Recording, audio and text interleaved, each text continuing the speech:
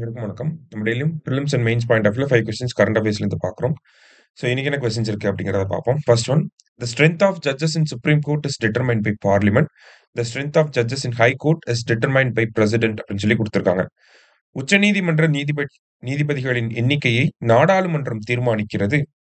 உயர்நீதிமன்ற நீதிபதிகளின் எண்ணிக்கையை குடியரசுத் தலைவர் தீர்மானிக்கிறார் அப்படின்னு சொல்லி கொடுத்திருக்காங்க.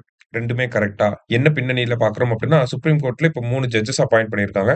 அதனால அவங்களோட டோட்டல் ஸ்ட்ரென்த் அப்படிங்கிறது 1+33 அப்படின்னு சொல்லி ஃபுல் ஸ்ட்ரென்த்துக்கு வந்துருச்சு. சரிங்களா? என்ன ஆர்டிகல் கீழ அப்பாயிண்ட் பண்றாங்க? 124 அப்படிங்கிற ஆர்டிகலுக்கு கீழ.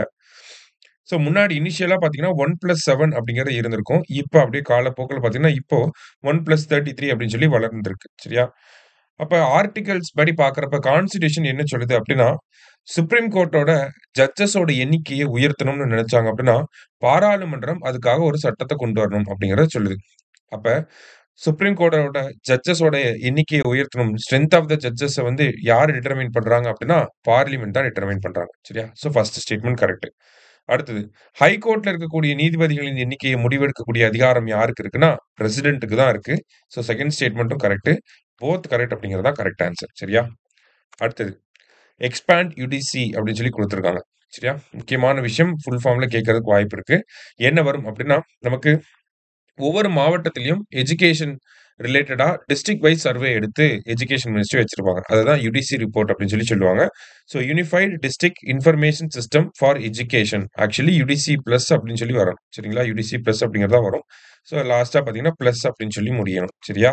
Unified district information system for education அப்படிங்கிறது தான் கரெக்டான ஆன்சர். ஓகேவா?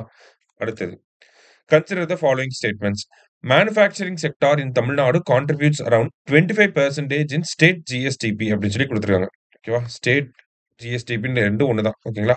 ஸோ மேனுஃபேக்சரிங் செக்டார் இன் தமிழ்நாடு கான்ட்ரிபியூட்ஸ் அரவுண்ட் 25% இன் GSDP. So first statement correct. தமிழ்நாட்டின் உற்பத்தி துறை மாநிலத்தின் மொத்த உள்நாட்டு உற்பத்தியில் சுமார் 25% பங்களிக்கிறது அப்படின்னு சொல்லி கொடுத்துருக்காங்க. ஃபர்ஸ்ட் ஸ்டேட்மெண்ட் கரெக்ட் தான். ஓகேங்களா? மேக் இன் இந்தியா திட்டத்துக்கு கீழே பார்த்தீங்கன்னா, ஆக்சுவலி நேத்து நம்ம கவர்மெண்டோட பிரஸ் ரிலீஸ் இது. ஓகேவா?